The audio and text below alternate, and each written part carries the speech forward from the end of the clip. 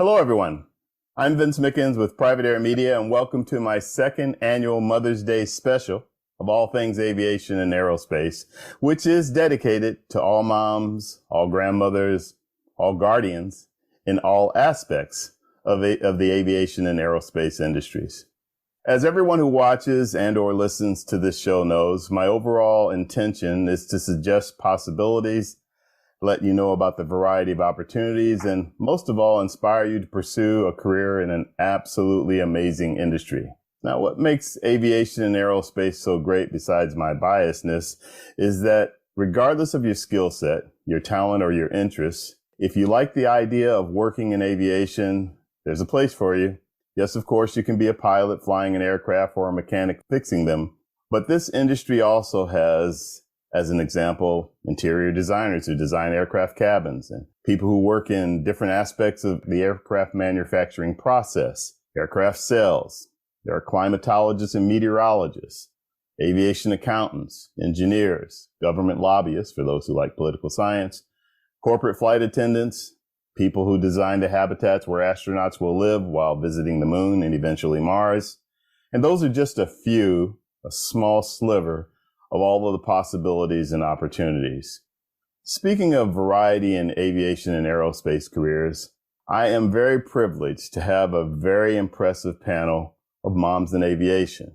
My guests joining us are Liz Davidson, a professional pilot, as well as an aircraft and power plant mechanic, better known as an AMPIA, at Lake Clark Air in Port Ellsworth, Alaska. Did I say that right, Liz? Yep, you got that right. Okay.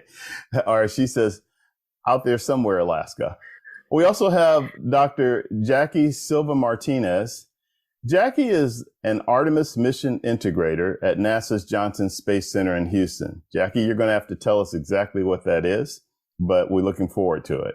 Additionally, Tracie Carwile is Vice President of Global Sales and Inclusion at GGT Worldwide's Global Ground Transport. Tracie also sits on the board of Women in Corporate Aviation. Veronica Velasquez, another professional pilot who is with Rudder Aero, LLC. I should say that. It should just roll off the tongue, Rudder. Give me more Rudder. She's also a flight attendant with the Legacy Airline and an adjunct professor. Additionally, Shannon Peterson. Shannon and I go back, so I was going to say my friend Shannon, a regional sales director for Textron Aviation. She's also been a test pilot and a demo pilot for Textron, and I just found out she's been with Textron for 28 years. Ladies, welcome to All Things Aviation and Aerospace. Thanks for having us. Great to have you guys with us. Thank you, Vince. And looking forward to this conversation. We had a lot of fun talking in pre-show, and hopefully we'll carry that over to what we're doing now live. But lots to cover. So I know an hour seems like it might be a bit, but before we know it, that hour will be up because there's just so much to talk about. One of the things that stands out and has stood out the most for me with these conversations with moms in aviation is about the support system and how important that is to be able to juggle all of the things that you have to do with your career and then also with family. So I thought that'd be a good place to start. And I welcome any of you to just chime in with your thoughts about how important that support system is and the importance of it, not only what we automatically think of, like your spouse, partner, that type of thing, but also your friends, your family, et cetera. And a cooperative work situation where they understand certain things and cut you a little slack when you need it. So why don't we just start there and hear what you guys have to say about that? I'll jump in. Jump in at once. My kids have, twins is difficult regardless of what you're doing in life otherwise. And obviously the first 2 years heavily depended on my husband to be part of the team and supporting them. But we lived in Wichita, Kansas for 20 years, the first 11 years of the girl's life, and didn't have any family around. So the friends that, would go to dinner with us every Tuesday night when kids eat free, my boss that would let them come in and stock aircraft and we'd pay them in M&Ms. I couldn't have done it without any of those people. Yeah, no, that's a good place to start. And I like the M&M payment plan. I'm sure that worked out really good for the kids. They did too. Yeah. Whenever my son was younger, having my husband also work in the industry around the same clock, around the same schedule, rotating was rather difficult. So we made the decision that we were going to do shifts. We call it shift work. We're used to shifts. And we kind of took on that responsibility inside the house as well. And starting from, when he was born, I had a medical emergency. So even right away, we kind of took shifts, and it's like, one of us have got to get some sleep. So you stay in here for 4 hours. I'm going to stay in here for 4 hours and kind of go from there. And then that kind of rolled into once maternity and paternity leave was over, we kind of had to make a decision, like, are we both going to work in the morning and trust someone with daycare?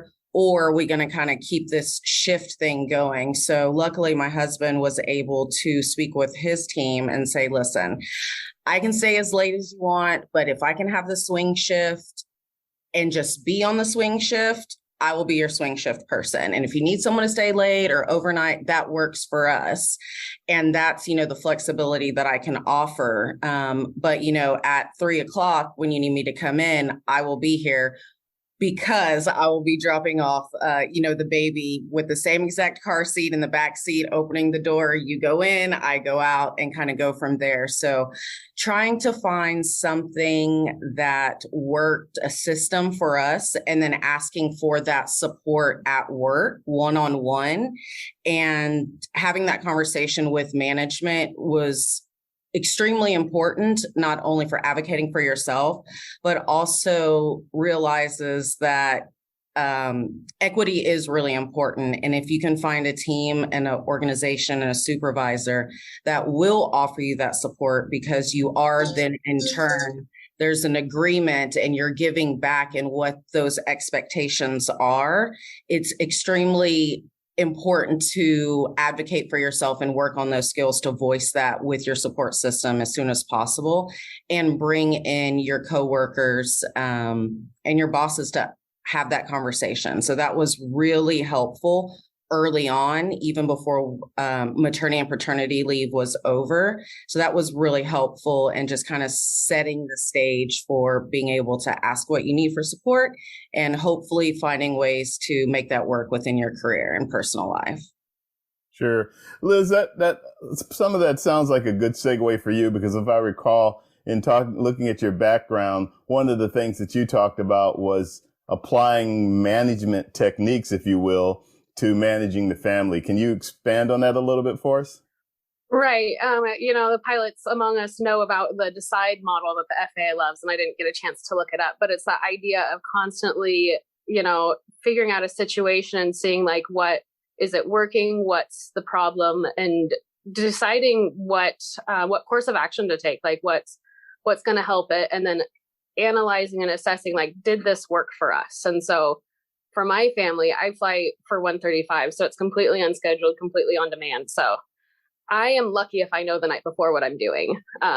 We have a general kind of flow, so things start from Anchorage and go southwest from there. And so I know usually, if I know the night before, usually it's that I'm going into Anchorage at 6:30 in the morning.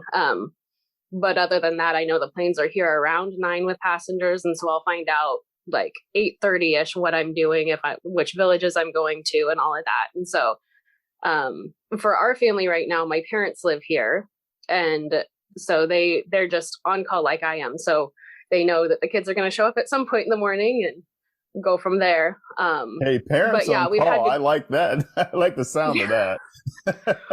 It's been a huge blessing too, because they moved up here about 5 years ago. They come on and off, and then they moved up here full time just to be here to help out with grandkids. So that's been a huge part of our support system. And then there's also, I have a teenage girl that comes and cleans my house once a week, because just in managing the family, like, that's something that I don't have time for. When I'm off, I want to be with my kids. So I'm willing to pay the cost to have her come and clean. And also it's really good for her, and she said to me, it's like, I'm really glad that I have this, because otherwise I'd just be bored at home. And so it's hard to admit that it's hard to admit that I need help with my house, but at the same time, like it helps all of us out. So. And you have boys. No, I'm just kidding. Kizna, you are an airline pilot for a first officer for Southwest, and your husband flies for Delta. So you guys are airline pilots, kind of with juxtaposing schedules, so to speak. How do you guys manage that, and how does that work for you guys? Yes, a supportive spouse. My husband and I, we started in flight school together. We've been in this career together. And I came home yesterday around 5:30 p.m. and he left this morning at 6:30 a.m. So we got a night together, some family time, and we support each other in our careers, and we are all about the quality of life. So with our schedules, we try to coordinate with each other, but also make sure that we have time together. And we're actually pretty new with our new airlines. And so we're junior, but we've been able to make it work. We recently moved to Vegas. I grew up here. We live by family. They're amazing. They always support us, but we do have opposite schedules. When we bid for our schedules, we're opposite, and we try to make it work so we can see each other and have family time. And we find a lot of support in our different networks. I'm with the Professional Asian Pilots Association, and I find a lot of support in my community. I volunteer with them. We have our expo coming up next week, and it's just a great way for us to network with each other and also open our community up with our allies, and so having that support and meeting each other. And I also have a support with other pilots that are moms. At my previous airline, there were these amazing moms that trailblazed getting maternity leave. At that time, you only got 12 weeks, and that wasn't paid. And in this airline, or in the airline industry, leaving on trips is really hard. And so they made it in policy that we had a year off leave. And that was significant. They worked really hard for it. And having that year off, I did it with my first daughter. She's 5 now. And having a year off leave and having that time to just bond, nurse, and now other women are still, reaping that benefit. Those women went on to other airlines and making the industry better. And so I thank them. It's a continuing process of trying to make it better for women to go on leave and have that support. So I really appreciate that. Yeah, Veronica, you're in the airline industry, and you've been juggling that along with other things that you do as a pilot. So how does that work for you in terms of making it all come together? Yeah, family is definitely important. My parents aren't on demand like Liz is maybe, but they're very good at, when we know something's coming up, they'll plan and help us. My dad's in the same neighborhood as us, so he comes over all the time to help with the kids. When I went away for my type rating, we relied heavily on both my mom and my dad for the 10-year-old, so that he could stay in school and it wouldn't disrupt any of his sports or academics. My husband, though, came in tow with the baby who was 3 months old, and we spent that 3rd month going into the 4th month nursing and in school. So family is very important, both the spouse, grandparents, but I think like Kizna said, your emotional support with your peers is also we were discussing the idea of adding another child to the family. I was really uncertain. My career was picking up. I was doing a lot of pilot gigs, contract gigs, and I thought, well, am I going to have the network that I need? And so I sat down with one of my mentors, who was one of your guests last year, Olga Custodio, and I told her that I was kind of conflicted about that decision. And she said, girl, go for it. Have the baby. If that's what you guys want to do, you will find a way to make it work. And that is so true. Your aviation community, your mentors, your family, and then of course your spouse. Everybody will come through to make it happen. It really does take a village. Yeah, I think you bring up a really good point though about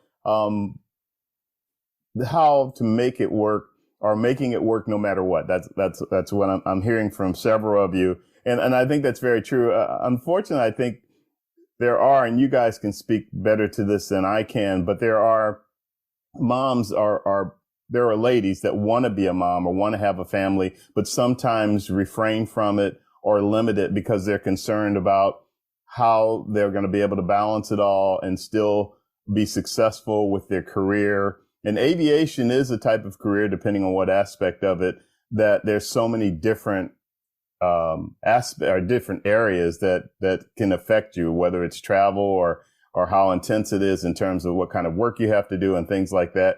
Speaking of which, Dr. Jackie, and I'm going to call you that if you don't mind. Jackie, you've been with NASA for a long time, but you've also you have a couple of engineering degrees. You recently got your PhD, and you're doing all of that while raising a couple of kids and things like that. So tell us how you've managed to put that all together and still do the significant work, which, by the way, let me ask you that. You are, I have to keep looking at it. Artemis Mission Integrator. What is an Artemis Mission Integrator? What do you do? Mm-hmm. Yeah, I recently started with this position maybe 3-4 months ago, and it's a new assignment. I was coming from the Gateway program support, doing human systems integration, and this one is at the Artemis level. We're looking at all the campaign for us going back to the moon in a sustainable manner. So have to understand a lot of the interoperability that goes across different vehicles that make up what's going to be our missions to the moon. So it's very exciting and a lot of players, and we have to do a lot of integration work that needs to happen in preparing us for the missions. So a lot of the things that my team does is looking at the mission objectives for each of them and the priorities, and getting ready now for Artemis 2 with mission integration reviews. And the implementation plan. So lots of coordination, lots of systems engineering work, operations. So a lot of my the prior experience that I had, I can bring to the table now to this position. So that's a job and a half, a time and a half job. So how do you make all that work and raise the kids? Yes, you mentioned the term, right? And many times we refer to this as balancing time and family, or balancing work and family. But I think that the term is what might give us misconceptions, right? Because it's not really balancing because you don't have enough time to do both equally, right? One of them are going to have to suffer at some point, and I think it's a time management that we're talking about, right? And provide that quality of time to each of them. And sometimes we also refer to that as balancing work-life, but work is part of life. And many of our jobs as pilots, for most of you, and me as aerospace engineer, it just blends, right? Work is part of life, and we have to just make it fun, and not just for us, but for the children. So that's been a lot of how I've been able to manage that, like provide priorities, right? Just like I'm doing at work, right? There are different tasks that I want to accomplish with my kids, and raise them to be good citizens. But there's going to be priorities that some of them are personal, like achieving the PhD, and some of them are going to be in the professional aspect, and some of their own milestones. So a lot of conversations with my husband on who are we focusing on now and at what times. So supporting system is primary there, and my parents and my siblings having that support for me to be able to take my kids into a safe place that I know they're going to be learning with them as well. And those conversations, right? I don't think I have it all figured out, right? There's ups and downs, and sometimes you plan everything and things change. but I have to do the best that we can. I think one of the things that work for me is including my kids in the decision making of what's going to come next. And that was just as an example, because I wanted to finish the PhD fast. Like, can I double up on the coursework so that I can do it faster? So that will require me more time to be on my cave, right, for doing the PhD work, and less time with the kids. And I asked my 9-year-old boy, like, what do you think about that? Like, I can spend more time with you later on, or and do these classes soon, or just take it easy and have more time. And he comes back, he thought about it, and he came back with the idea, and no, push, I know you're going to be there for us, so don't worry, keep going. So that motivation and, them seeing me that I can do different things, they also get motivated to do their own work. Time management, I would say. No, but that brings up something. I'm sorry, somebody else is going to chime in there. I was just saying you're an incredible role model, Jackie. Yeah, absolutely. And what I was going to say is that it brings us to another big question or aspect of what you guys have to deal with, and that is, depending on the age, whether we're talking infant and toddler, all the way up to, you have freshmen in college, Shannon, and I think each level, and you mentioned it earlier, Tracie, in talking about middle school. So I think each level requires a different kind of a thing. But Jackie, that's really impressive that you would ask your 9-year-old, so, hey, should I go ahead and finish up the school thing, or you want me to hang out with you? and give him an opportunity to give you a really great response about it, whatever the response was going to be, just the fact that you gave him that, and he's so young. And I don't know if that is something that others have done, but I just think that's really cool, actually. But no, I wanted to give you guys a chance to really talk about it. The difference is, Kizna, you have 2 little girls.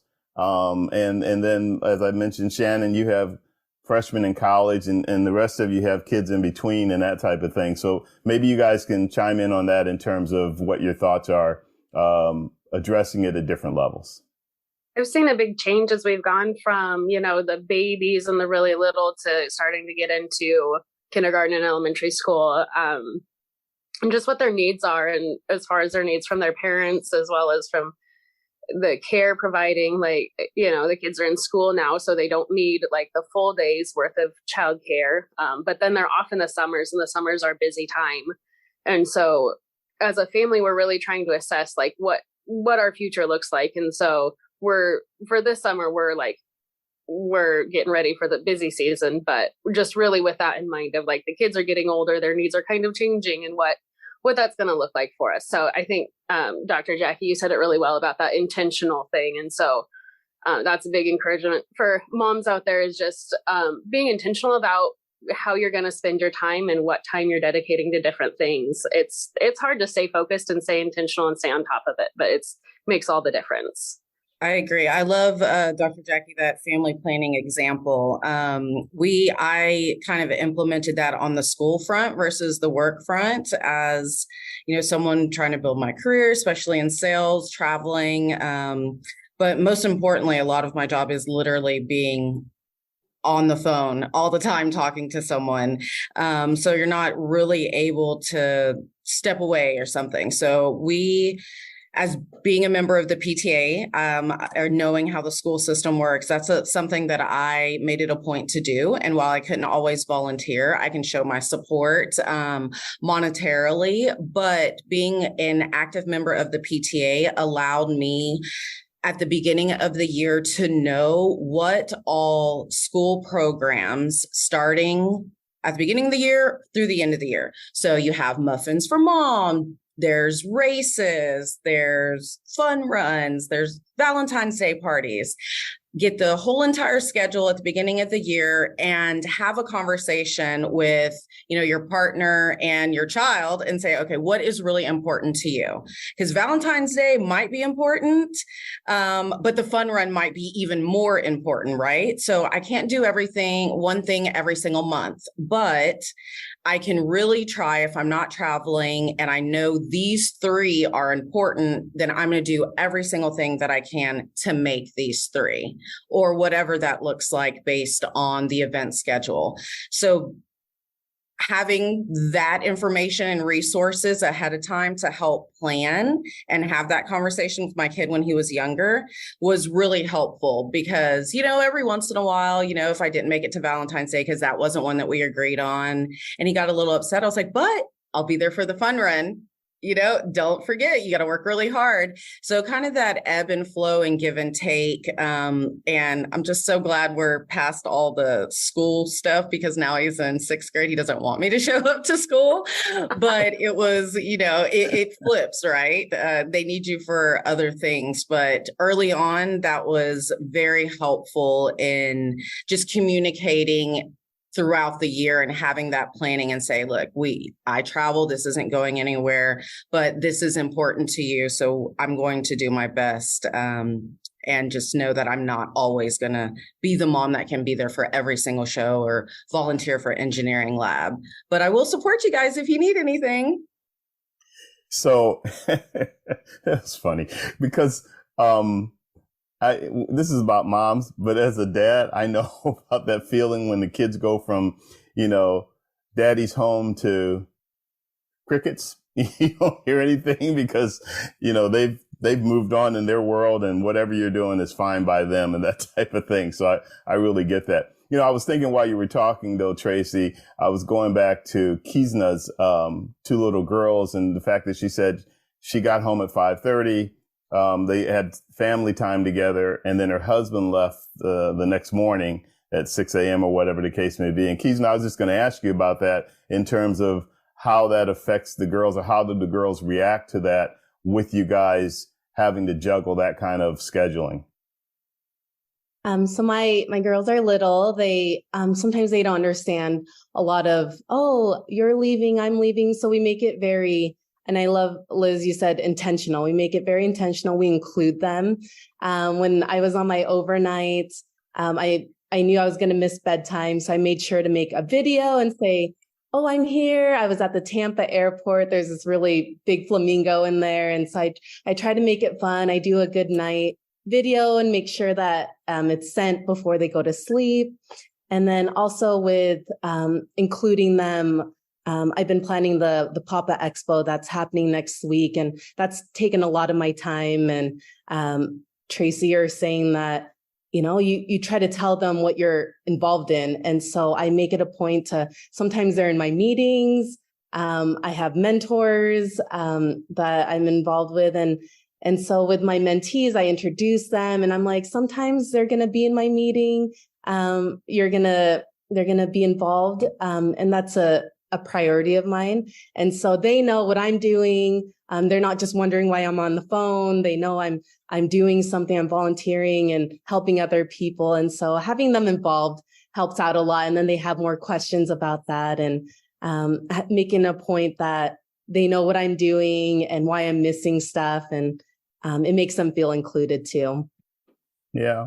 Shannon, your girls, you've been in aviation their entire lives. And so it was interesting when you were giving me a little bit of your background about the transitions that you went through from when you were initially a test pilot and a demo pilot, and then, transitioning eventually into sales and things like that. And your girls were part of that transition throughout your professional career. Can you give us a little bit of insight about that and what that was like going from, for them to experience seeing mom heading out, as you put it, in a flight suit with army boots or whatever? Sure. Yeah. I mean, just listening to all these amazing women, whether you have kids or not, life is hard, right? I think having kids kind of forces you to, to work on prioritization, to work on time management, to just to kind of, blend your work and life together and get the whole family involved if you're doing it well. So anyway, when the girls were born, I was a test pilot, flying the Citation Sovereign. And in fact, I was pregnant through the development and certification of that airplane. And then we certified it June 2nd of 2004. The girls were born June 3rd of 2004. So it was a pretty busy time. Were you flying while you were pregnant? I flew till I was 6 months pregnant. They were 14 pounds a baby, 7 pounds each. So at 6 months, I was pretty big and just didn't have the abdominal strength to reach any switches anymore. So I just quit flying at 6 months. And, it was an 8 to 5 job. So, I mean, being a test pilot with babies sounds like a big deal. But it was an 8 to 5 job. So it wasn't, aside from wearing the combat boots and the flight suit to work, it wasn't any different than any parent, of twins. I went to demo when they were 2, and that was, some good and bad. People struggle with, mom traveling, or even mom and dad traveling. How do you have a family in that scenario?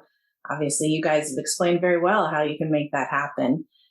But for me, the hardest part of that was just not being around them. I would do around the world trips 2 or 3 times a year and be gone for 21 days. And like Kizna said, you just, it became a lot easier once FaceTime became available. But, you be present as much as you can. And know, just let them know that you still care about them, that they're still a priority, even as you're doing your job. And so I think with a couple of 19-year-olds in college now, growing up in that environment, they learned what women are capable of. And, they realize that they can do anything that they want to do. So. Yeah, you brought up technology, and I was going to come to that in a little while, but I'll come to it now because I think it's changed a lot of things. You can FaceTime and you can text and you can do these things instantly from anywhere in the world. You may use WhatsApp or something like that. But the bottom line is that it's a lot easier to connect and visually connect, than it was for some old people like me who had to use a sat phone that was really scratchy and the conversation had to be short. So, but yeah, you can do that. So, why don't we talk about that a little bit about how technology, and this can come from any of you, how technology has been a factor and made things easier in terms of communication, like Shannon said. Yeah, I can talk about it. And just like Tracie, I'm also a planner. I like to look at all the activities, what needs to happen, and communicate that. So when we were talking about management of the house, I'm leading that effort. But I use my own principles that I use at work and through my research is an agile way to do things. So I have a board on the wall to look at all the activities that we're gonna do and who's gonna be doing what. So a lot of that, and because of that communication, my husband needs to take care of some of those things, and maybe to ensure that he does some of those things. I use the phone, the electronic email, calendar, all that. Plus, and still our calendars are written by hand on the wall, and that actually helps more with the kids because they can actually see it, right? So I think it's a combination going totally to technology. I think it will change things. We even bought a refrigerator that has the screen, and maybe that's where I will put the calendar. But it wasn't as helpful. I think for children, depending on the ages, right? They can see the colors and the different things for their tasks at home when we color with them, and we're building that schedule with them as well. So that I think the combination of technology and just our normal pen and paper has helped. And I think I want to also address the part of screen time, right? That goes with the technology. For some parents, because of the need, instead of a babysitter now, it's becoming like, here's an iPad or something, TV time. I did it too, especially during the pandemic. We had to work at home, and I have meetings. I couldn't attend to them. But we do a lot of, we limit the time of screen time in general. Since they were little, like I think they started watching TV at 2 years old, and some other friends and family members, they were like, "Why are you like putting them like away from screen time or knowing what little cartoons are out there?" And like, well, it's the way that we chose, and that's why they like books. They like reading. They started reading early, and every family, I think, becomes and understands what can work best. Right now, we build that in our kids to do that reading from textbooks. They go to school now, everything is on the screen, and they're using a lot of technology, starting from elementary school. So it's hard to battle with that, because most of the day they are in front of a screen and there's no textbooks anymore. and I don't know if the other panelists also go through that, because sometimes they bring homework and I'm like, well, where's the book, right? Where's the textbook? That's how we were raised, and compared to that, but everything is now on the screen. So yes, technology helps us in some ways communicating with family and getting materials more in a faster way, but it can also be not as beneficial when the kids are growing and they don't need that much exposure to screen time. Sure. Veronica, I saw you nodding in agreement with that. Actually, all of you were, but Veronica, how about you? And Yes, I'd like to hear what you guys have to say about techniques and technology as far as how that helps with your process. Yeah, so technology definitely plays a big part when I'm gone on trips. The same way that Kizna said, I mean, I may be flying at the time that RJ was getting out of school, but I would land after it was bedtime. So I would have to make a video. But I knew that I would be sleeping in the morning when he would be getting up the next day for school. So I would make the sacrifice to get up so that I could have that FaceTime with him. But it is, like Jackie said, a double-edged sword, because you don't want to have overexposure to screen time, because it is used so widely now in the elementary schools, especially post-pandemic. So you do have to have a limitation. And I think that gets a little bit confusing for the kids at times of, well, I can use it to listen to your video, but I can't watch what show I want to watch. So there's a fine way of navigating, a fine line to navigate all of that. But I also want to touch back on making the kids part of the decision process. I think that that's very, very important. So I did like that. I heard Jackie say that, because my 10-year-old, we all talk about the sacrifices that we're making. And I think the sacrifices are not just on us, they're also on the kids. And including them in the decision process allows them to have that early exposure to making hard choices and then reaping the rewards of some of those decisions. And so there was a time where with one of my mentors early on, I had an opportunity to fly in a PC-12.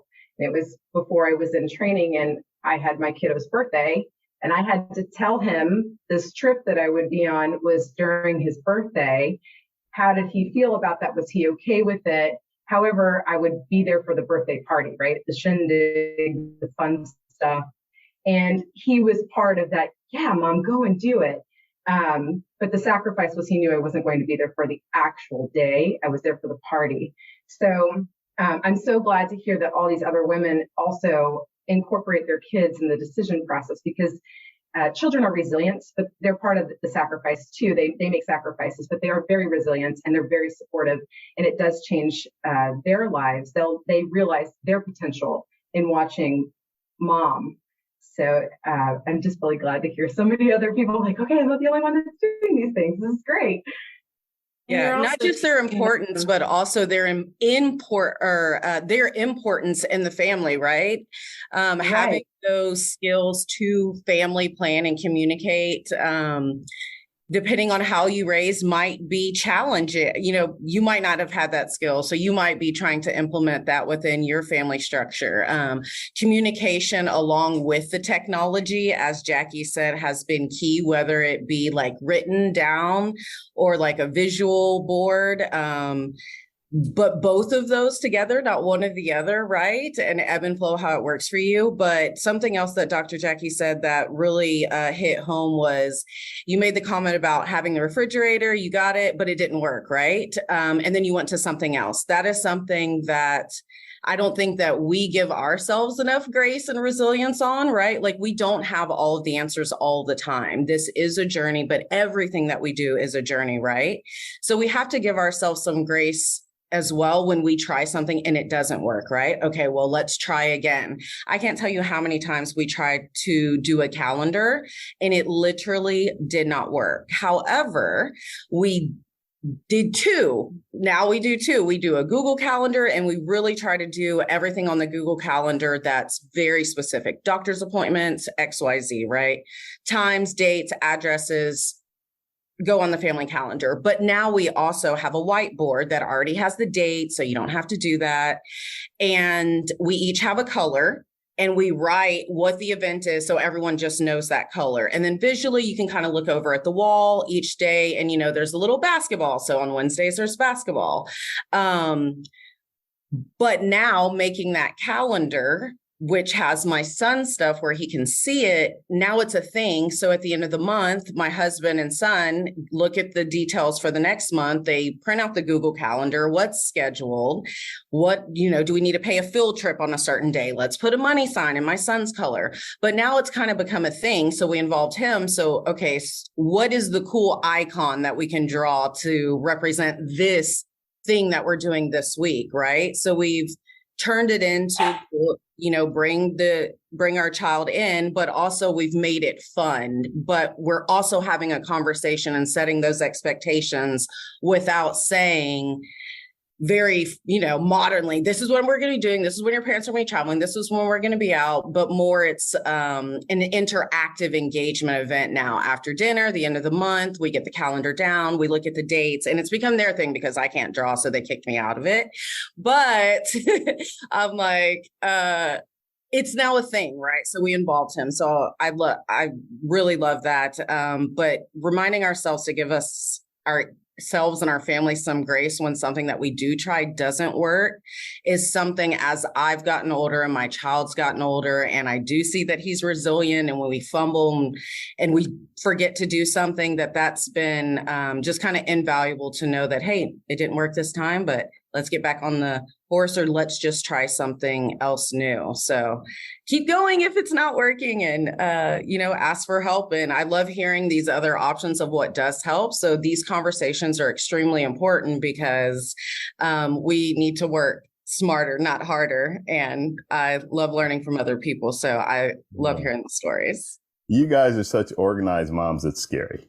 No, Liz, you live in a remote area. So you have a different kind of a life, live and work in a remote area. You have a different kind of a lifestyle up there in, nowhere, Alaska. 141 nautical miles from, Anchorage. So what is that like? And what kind of techniques do you use, for communications and just everything that you do to manage, family and career out there? Yeah, it's put me on the spot here because we really don't have a whole lot of these systems in place. Our lives are much more seasonal. And so even with like sports and activities with the kids at school, like the basketball season is from I think it's like January to March. And right now for work, we're putting a lot of people into the canneries that are getting ready for the salmon season. And so we have we're moving a ton of people every day into these places it's probably close to 1,000 miles from Anchorage to where we're going. So it's a 6-hour from Anchorage to these villages and back with cannery workers. And so it's a pretty intense season as far as work goes. And so our lives is really broken up into these chunks of seasons. When we get into the fall, we're moving a bunch of moose meat and antlers out as people have hunted and are going in. So we are working on figuring out how to organize it better. Y'all are really inspiring. You I love might have gotten some saying. tips today. Is that what you're saying? Yeah. And what Tracie was saying about like, if something doesn't work, like that's how we've done it. Like it was allowance for us. We tried, it lasted for like 2 weeks of like chores to do to get allowance, and that's out the window. So yeah, it is just that, see what you have, like try something. Tried M&Ms. Yeah. And then too, like they're involved with, like they come to the hangar all the time. We live 100 yards from the hangar. So our daily routine is swinging by the hangar, saying what's going on and all of that. And so involving the kids in that. But yeah, as they get older, like I said, we're getting into this season of needing a schedule, needing a calendar, and getting them more involved in how we plan and what we do. I think it's exciting. I'm excited for this new season we're coming into. Liz, are you from Alaska? I've been here for 13 years. I didn't grow up here. Okay. That's a tough place to adjust to. Yeah. But it was all before I was married, before kids. So it wasn't all of that at the same time. Eased into it. Yeah. I wanted to add, I think no matter what we do, and I don't know if everyone else feels that way, but there's always this mom guilt that there's not enough time to give to our kids because we have to be at work too. And most of the time we spend at work, right? Either from working from home or going to the facilities. I recently heard something about a lot of people might say like, oh, the kids from now are very spoiled. They have everything they need. In the past, we had to suffer through different things because they didn't have as much technology. But in reality, if we really think about it, they're spending less time with us as parents. So are they really being spoiled? I don't know. I feel like maybe we need to provide a little more time because a lot of our time, at least from my side, I do notice it goes to my work. And so that guilt is always there. It's like, am I providing enough time or not? And something that I discuss with my kids, they're little too. And sometimes I say like, am I actually having the right conversation with them? But they do understand in their own ways. And I tell them, I don't know everything. We're trying. If it doesn't work, we'll find another way. But we're learning together, right? I think it's okay to be honest with them and tell them, as parents, I read many books, but they all don't have all the answers because we are all unique and we have different needs and capabilities. And we're gonna do this if there's an activity in school, and if it doesn't work, I guess it's okay. But and sometimes that backfires because my little one comes and is like, "Mommy said," I told her to do something, and she's like, "No, you told me you don't know everything, so you cannot tell me what to do." Like, okay, I need to measure how much I let them, have that freedom. But they know, right? We make mistakes and it's okay. And that's how we learn. Quick with it. You also said something else, Dr. Jackie, earlier that I just wanted to touch on that has been extremely helpful, is being present when you are at home and have made the intention to be at home. As someone that works in sales, and my husband is a VP of operations for a flight department, we are actually pretty much on call all the time, right? We do have WhatsApp. We are dealing with international. Our stuff doesn't close. However, we are extremely intentional every single time we are able to be present in that moment. We do not have to do it all. We can't do it all, and we shouldn't do it all at the same time. So multitasking, that's not something that's like in my vocabulary when I'm home, unless, I'm trying to ease in some life lessons while we're doing something together, and that's kind of a parenting strategy, but we're very focused on being present and having the communication and being in this moment, even if it is just eating dinner or just helping set the table or something along those lines. So actively communicating that we're going to spend this time together, talking about our day or even making dinner, because I also need help. So I'm not just doing it alone, but it allows that time to be present and have those conversations. And I've seen that be helpful to be purposeful, but also to communicate that we are being purposeful and being present and making sure that we're spending the time together. And children do get it. And when they might, I don't want to eat with you again. Mine's 12, I had basketball today. I'm just really tired. You're right. But we didn't eat dinner together yesterday because we had XYZ. So we're going to eat dinner today. This is what we're going to do. And you're going to help me. So communicating that even as the schedules go and things pop up, and making it a point to be, nope, we're here. We're going to spend some time together. We're going to be present, and no text messages and phones, put it on sleep mode. So just communication goes a long way, but being intentional and communicating that intention that we're going to spend that time present together is helpful. And they'll get it after the third or fourth time because you're consistent. You're right on. You guys just went right to the core, I think, of everything that you deal with when you talk about, and I hate to use it as almost a label, but mom guilt. Jackie, that's right on target. And then what you just said, Tracie, being present. I think all parents, both moms and dads, but talking about you moms, that's probably one of the biggest challenges is shutting off your, career stuff and focusing on at hand. And there are ways to do it. And I would imagine most of you are, or if not all of you, are really good at it, but that doesn't say that it's easy, I guess is what I'm saying. So love to hear from more of you about that.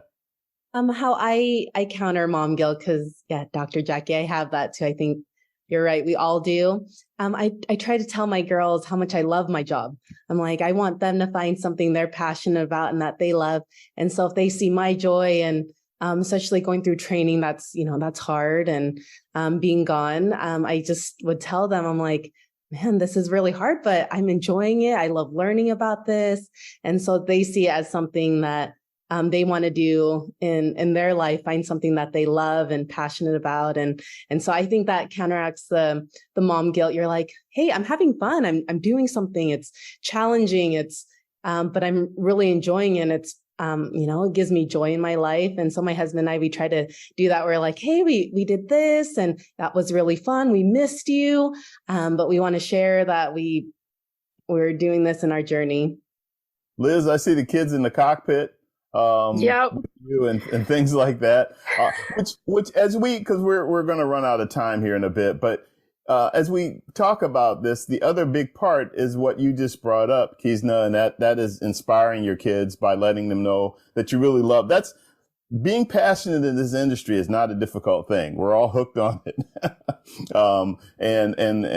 and we all enjoy it. And I think conveying that to your kids probably does help them understand why you do what you do and make the sacrifices that you do, et cetera. And communicating that with them starting at a young age, I think makes a lot of sense too. But I open it back up to you guys. Yeah, we one of the things for the mom guilt is just shifting the framework and the mindset from these sacrifices to the phrase "I get to." And it's hard. I mean, it still is a sacrifice, but the idea that I get to go and serve these people, I get to help, with these things, and then I get to spend time with the kids and being intentional at that time.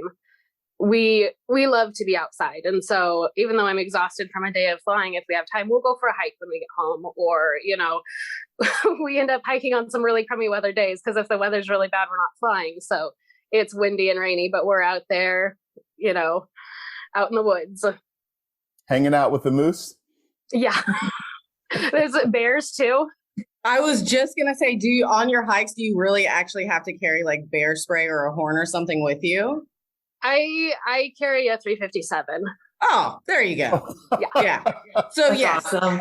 Well, there you go. Absolutely. And the bears probably know that. And they're like, hey, when Liz is out here, we do not want to be visible. Okay. And honestly, my kids are loud enough that, they're a pretty good bear deterrent.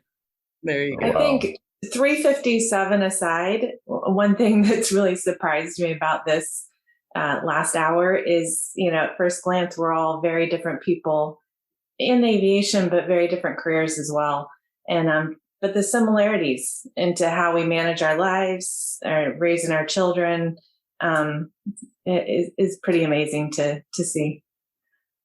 Yeah, I think that's a great point. I had a question for Shannon with, because you have older children. As we're the managers, of our family lives and lives, I'm starting to see, as my 12-year-old, he's like, please don't chaperone this dance you did the first semester. You don't have to. Got it. Okay. I'm catching it. Turning the music down as I drop him off now. No Taylor Swift allowed. I was like, okay, now we're at the stop sign, no music, got it. What are some things that has helped you as they get older to, we've all raised very independent people because obviously we're not there, right? But they are going to continue to start making even more of their own choices. And, coming to you for support versus you offering the choice and the support, giving them the options, which is how we work in our family communicating. But do you have any tips or pointers on kind of what that looks like and how to continue to let them grow and manifest as their own? That knowledge. Well, I think that's where the technology comes in, when you're at a distance. I mean, I'm on Snapchat, I'm on Be Real, I'm on everything that they do, because that's how teenagers communicate. And so that's how I'm communicating with them. I can send them a text and I won't hear from them for 2 days. But if I send them a snap, it's 30 seconds. So I've adapted to them in some ways, and just, keeping the lines of communication open. That's easier said than done when they're teenagers.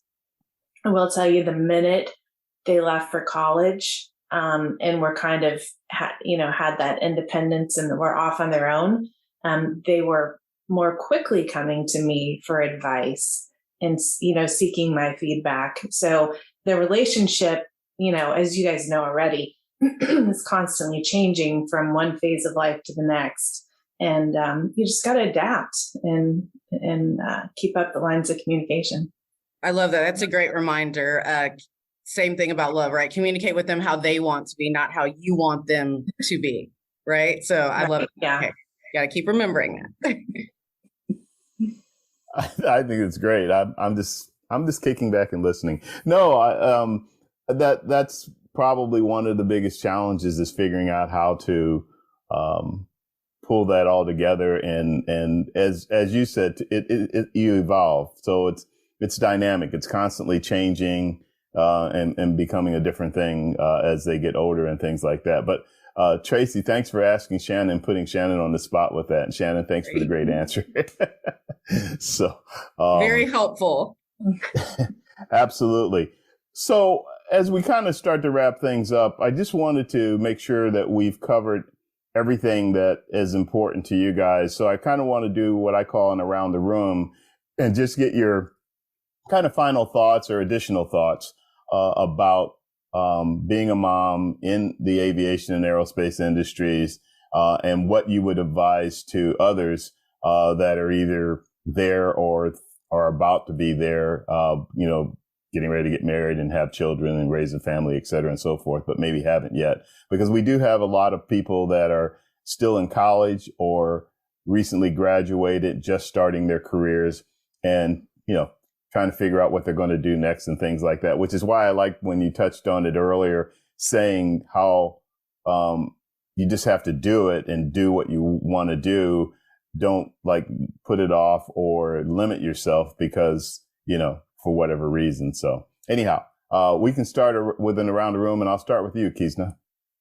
I learned so much from all of you. You inspire me. So thank you for this. I love listening to all of you.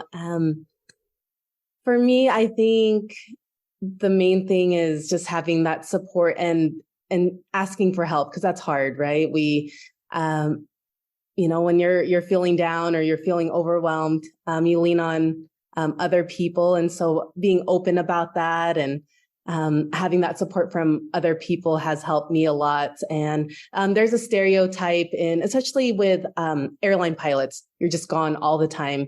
And I'm new at my company, and this isn't, we have schedules that come out every month. And so already this month I have 20 days off and I can manipulate my schedule. And so there's this stereotype, you're always gone, and it's different for everybody. They want to work a lot or they don't want to work a lot. And so there could be a balance there. And so for young people that think you're just going to be gone all the time as an airline pilot, that is not the case. I've been in the industry for a long time and I've manipulated my schedule. I've took maternity leave. And so there's a lot of opportunity out there. And I don't think it's broadcasted because we don't make a lot of the industry, but there is great maternity policy, maternity leave. It's getting better and better because there are other women that are making it better. And so that stereotype, it's not real. And again, it's different for everybody's journey. But for me, I made it work with my kids, my husband also being an airline pilot. And so you can have a good schedule. It just depends what you want in your career. Wow. Well said. Veronica. I think this is wonderful, and I'm so glad that you are having this series again, and I look forward to it in the future as well. Hearing about other amazing women, because this panel's been phenomenal, and your last panel was amazing.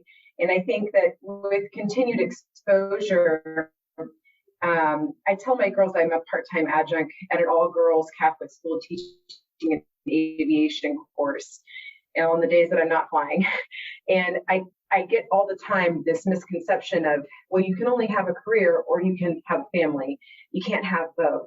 And I love that you have this series because it brings light to you absolutely can have both. It is a stereotype that's not true. And echoing like Kizna, it's balance. You work your schedule in alignment with your spouse and your family and your support system, your friends. And it can work and flow smoothly. It's just 100% your time management and how you handle it, whether it's the calendars on the wall, the digital calendars, but it can work and it can be very smooth. So I'm very happy that you keep bringing light to this topic because I think young girls need to hear that you can have a family and you can be a successful career woman in aerospace, in aviation, in sales, in all of it. It's just like any other career. I like to always say that it's just like any other career. You can be successful and still have your family. Yeah. Thank you, Veronica. Liz? There's so many things, but being intentional. Take your time. And the only bad place to be in aviation is somewhere that's not safe, whether it's poor maintenance or poor management, whatever. And so no matter who you are, where you are, you might end up flight instructing for a few extra years, or you love flight instructing and make a career out of it, or you might start your own company. There's just so many options in aviation that it's figuring out what's right for you and your family is really important, and how as kids change in their stages, how that changes, just being able to adapt to it. And so as you see, it's doable with some really impressive careers with this panel. And so I hope just everyone's really inspired to figure out a way to make it work, because it does work. Well said. Tracie? Yes. I'd love to remind the young people that the truth is you are only young once. So there will be a grind. There will be a time where you don't get to manipulate your schedule or you don't get the seniority. And I think now, because of social media and because our communication is open more and we have access to more people, that it really is easy to, when you are younger, to compare your situation and your circumstance and your life and your grind to those that are more seasoned in their career and further along, and those that do have more benefits. As Kinsey said, Kizna, sorry. She's been in the industry for a while, so now she has that perk, right? But you might not when you're first starting. And comparison is the thief of joy. So it's extremely important to remember where you are at in your journey and your grind, and you will have to put in a lot of the work in many instances before you can reap some of these family planning benefits.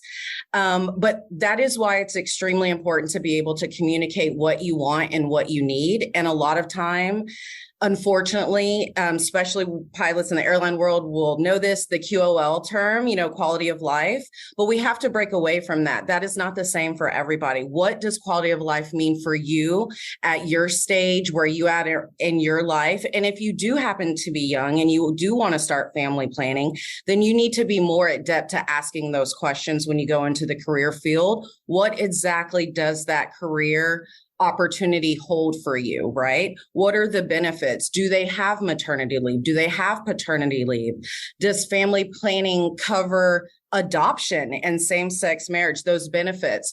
Those specific conversations about and around family planning are extremely important. And that is when you can test out your career and what that will be like for you at that upcoming job. And knowing how to communicate that and when will help you make those decisions, and hopefully will put you in a better place comfortably whenever you do start those family planning, if it's planned or unplanned, because you're in an environment that eventually will be supportive of kind of your goals. So I just really encourage young people to remember, if it's now's not the time to then work really hard, put your nose down, but also make sure that you're informed and asking the questions of that potential employer to make sure you are working in an environment that will be conducive to what you want. Thanks for that, Tracie. Shannon. Well, first of all, thank you for this event. There's so few women in aviation, and just the opportunity to chat with these ladies has been really fun today. There aren't enough women in aviation. I've never understood that. It's just like anything in life, the more diversity you have, the better the end product is going to be. And I think with more women in aviation, it would really help the industry as a whole. We are an inspiration to so many people that we're not even aware of, being an inspiration to. And it's good that we can share the hard stuff with them too, because life is hard. And but that doesn't mean that you don't work hard for it. You don't find the joy in that hard work. Like Kizna said, it's all worth it. And just aviation for me has been a passion most days, a joy most days, and I can't imagine life without it. Thank you so much for that. And as I always like to say, Jackie, take us home, or in your case, the moon or Mars or beyond. Yeah, thank you. Thank you, Vince, for putting this together, and thanks to all the other panelists. I learned a lot from you today. Thank you for sharing those personal things sometimes that we have. I think the message for the young crowd is education. Right? So your first key to wherever you want to go, focus on that first now. Get your first degree, and then with that you can push for something else, right? To whether it is an employer that gives you what you need and what you want, or a family that supports you in what you do. I think with the competition that we have now, education is key. And if you get one degree, it's continue on that, or certification doesn't have to be something professional, but continuous learning, I will say. I don't think we kind of address the part of the role from husbands, right? Our partners or our family members. You guys have to be our allies in this work. We cannot progress professionally or personally if we don't have your support saying that, yes, I'm going to take care of the kids while you go and do this management job or this degree, right? We need that support and for you to be present also with the kids, and for managers to sometimes they make assumptions of for the jobs or tasks that we can do because we just got pregnant, right? And they think, well, we cannot give her this role because now she's going to be on leave, or she might not be able to handle it. And that might not actually be true, because as we're getting closer to give birth, we nest, right? So a lot of the things actually we can get it done faster and more efficiently. And so for managers to look at that, not just make the decisions out of what you see that we cannot do. We might be able to still do it and work with our schedule. And then for us as moms, to be flexible and adaptable with all the things as our kids grow. Like I said, we don't know everything, but we'll learn together. And let's include our kids. Let's hear their voices and make them part of our decision making. You ladies are absolutely amazing. This has been a great conversation. Of course, we could have gone for 2 or 3 hours probably very easily, but there are these things called time constraints. But I'm really happy to have had all of you, especially with your various backgrounds and, the type of work you do in aviation and where you live and things like that, and how and the ages of your kids. So it's been really cool to be able to have that conversation with you and let you guys express your thoughts and things like that. That being said, this could be a monthly show, not just once a year. But for right now, I'll stick with Mother's Day for that. By the way, happy Mother's Day to all of you. So I hope you guys have a great Mother's Day holiday and celebration and things like that. All of you, it's all well earned. But I do appreciate you taking the time and being available to be on All Things Aviation and Aerospace and talk about being aviation moms. So thank you, ladies. Thank you. Happy Mother's Day. Pleasure to meet you all. Happy Mother's Day. Happy Mother's Day. Thank you. Well, I hope everybody enjoyed this great conversation with these spectacular, awe-inspiring aviation moms. As with every show, my primary objective is to not only share insight into aviation and aerospace careers, but to expose the up-and-coming generation of aspiring young aviation professionals to the variety of possibilities and opportunities that are available to all, inspiring any and everyone who has ever considered or thought about pursuing a career in aviation and aerospace industries. To see more aviation and aerospace career shows like this one, please go to my Private Air Media video library, which is on YouTube, Facebook, and LinkedIn. You can also listen to the audio-only podcast version on such podcast platforms as Apple, Spotify, Audible, or any of your choosing. All Things Aviation and Aerospace is a presentation of Private Air Media. If you haven't already subscribed, I ask that you please do. Until next time, please take care, stay safe flying if you're a pilot, and have a good one. Blue skies.